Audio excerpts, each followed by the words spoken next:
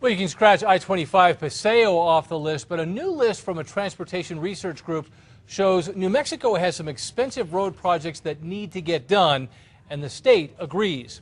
News 13's Cole Miller is live near I-25 and Lead with that story. Cole? Yeah, Dean, it's a pretty big list, and many of those projects focus on the heart of the state, right here in Albuquerque, including quite a few parts along I-25, but funding those projects will likely be the biggest challenge. It's a high-traffic area. I-25 between Gibson and the Lead and Coal exits. I just see havoc. I see people flying. I see people trying to get into the lanes. That kind of havoc has caught the city's eye. We've done a few minor fixes that we could afford to do at this time, but the major work that needs to be done is being studied right now because we know it's an issue. The stretch of road also made a list, landing at number 3 of road projects that need the most attention in New Mexico. This is a $200 million project that would eliminate the S-curve on that section of I-25. The Department of Transportation, working with a national transportation research group, came up with 50, quote, much-needed improvements to roadways around the state. In addition to I-25, the idea of a bus rapid transit system also made the list. Simply put, it would create a bus route through Albuquerque using light rail style stations. It would create more timely and more dependable transit options, and it would assist in the redevelopment of the vacant and underused land along that corridor. Other projects include building a bridge across the Rio Grande in Los Lunas, linking I-25 and New Mexico 47.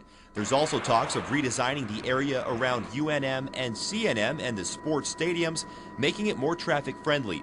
But as good as these projects look on paper, they certainly aren't cheap, and the money just isn't there yet. In the meantime, the state will do the best with what it has. That's our job right now, is to keep everything at a point where when we do get funding for these projects as they come up in the future, that they haven't deteriorated to where it would cost us more to actually rebuild them. Now, the DOT says getting these projects off the ground will create both jobs and economic growth in the state. But again, that lack of funding, a big problem. Many of these projects a long way down the road. Dean, back to you. All right, Cole, thank you.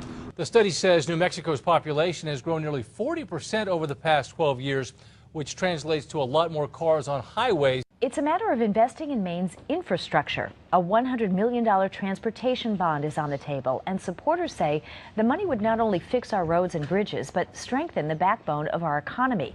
Now, others worry about borrowing money that the state doesn't have. CBS 13's Catherine Underwood explains more in Your Voice, Your Future. This new report lists Route 302, the major thoroughfare between Portland and Freiburg, as one of the state's major transportation challenges. It says it would cost about $7.2 million to fix what's needed.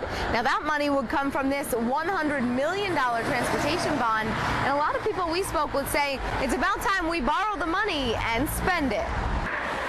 If you drive in Maine, you probably know. Some of the infrastructure that we have, it's brutal. There are some roads and bridges that need attention.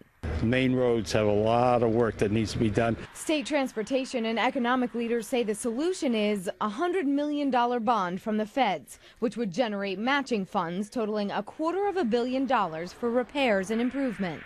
$100 million is a lot of money, which reflects the fact that it costs a lot to build and to maintain a good transportation system. But the truth is, it costs a lot more not to. I know that's a healthy pill to swallow, but because the interest rates are so low, I think the payoff is far greater than the investment. A research group highlighted the top 50 transportation challenges in Maine. Some of the top 10 include portions of Route 302, the Pine Point Crossing Bridge in Scarborough, parts of River Road in Westbrook and Wyndham, and expanding the International Marine Terminal. I think all of these projects are projects that the state has examined to the level where some initial planning has occurred. Obviously, the challenge is to come up with the funding to allow them to move forward with it.